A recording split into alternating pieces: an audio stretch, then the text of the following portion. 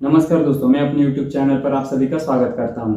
दोस्तों, एक समय था जब बंगाल सनातन संस्कृति के प्रभाव की वजह से भारत के समृद्ध राज्यों में गिना जाता था। जब से बंगाल में इस्लाम का आगमन हुआ, तब से बंगाल बर्बादी की ओर चल पड़ा।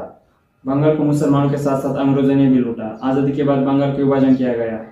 ज्यादातर इस्लामी जिहादी पूर्वी पाकिस्तान मतलब आज के पाकिस्तान में ना जाते हुए बंगाल में ही रह गए। इसके बाद वामपंथी कम्युनिस्ट नेताओं के साथ साथ ममता बनर्जी के तृणमूल कांग्रेस तक सभी पार्टियों ने इन सब मुसलमानों को बढ़ावा दिया। बंगाल में अपने राजनीतिक एजेंडे को पूरा करने के लिए ममता बनर्जी मुस्लिम तुष्टीकरण की सारी हदें पार कर गई। वैसे देखा जाए तो देश में रहने वाले मुसलमानों के साथ साथ ज्यादातर बंगाल के मुसलमान तलवार की नोक पर सलवार पहनकर इस्लाम का अनुकरण करते आ रहे हैं। सभी कन्वर्टेड बंगाली मुसलमान, फिर वो बंगाली हो या फिर रोहिंग्या मुसलमान, ये सभी चुनाव के वक्त ममता के लिए महत्वपूर्ण भूमिका निभाते रहते हैं।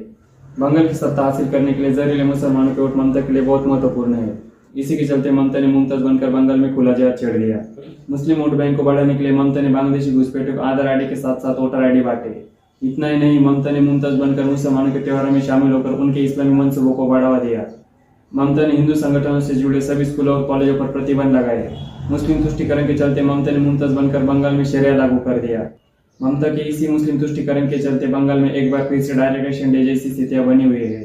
टीएमसी के ज्यादातर कार्यकर्ता जहरीले मुसलमान ही है। यही लोग आगे चलकर बंगाल में डायरेक्ट इलेक्शन डे को अंजाम देंगे और उसका नेतृत्व करेंगे। ममता बनर्जी जैसे नेताओं की मुस्लिम तुष्टीकरण की वजह से बंगाल के साथ साथ पूरे देश में मुसलमान बढ़ते चले गए। जब इस देश में मुसलमानों की संख्या पर्याप्त मात्रा में बढ़ेगी, तब ये सभी जिहादी एमआईएम जैसी एक पार्टी को सपोर्ट करके सत्ता स्थापित करने का प्रयास करेंगे। देश के बंटवारे के वक्त भी सभी मुसलमान मुस्लिम लीग के पीछे पूरी ताकत के साथ खड़े थे। आज भी देश का मुसलमान विभाजनवादी जहरीली विचारधारा रखता है। हिंदुओं के मुकाबले तादाद में कम होने की वजह से मुसलमान सेकुलरिज्म का दिखावा कर ममता जैसे नेताओं को सपोर्ट करने में लगे हुए हैं। जिस दिन ये इस्लामी जिहादी तादाद में बढ़ जाएंगे, उस दिन ये ममता जैसी इस्लाम परस्त नेताओं के साथ साथ उनकी राजनीति भी खत्म कर देंगे। आज तक भारत का सिस्टम सिर्फ वोट बैंक के चलते मुस्लिम तुष्टीकरण करता आया है। ममता बनर्जी के मुस्लिम तुष्टीकरण के चलते बंगाल भारत और पूरी दुनिया में अपनी असली पहचान खो चुका है। अगर बंगाल को फिर से एक समृद्ध राज्य बनाना है तो वहाँ के हिंदुओं को लड़ना ही होगा। बंगाल के हर एक जिहादी मुसलमान को खत्म करना होगा।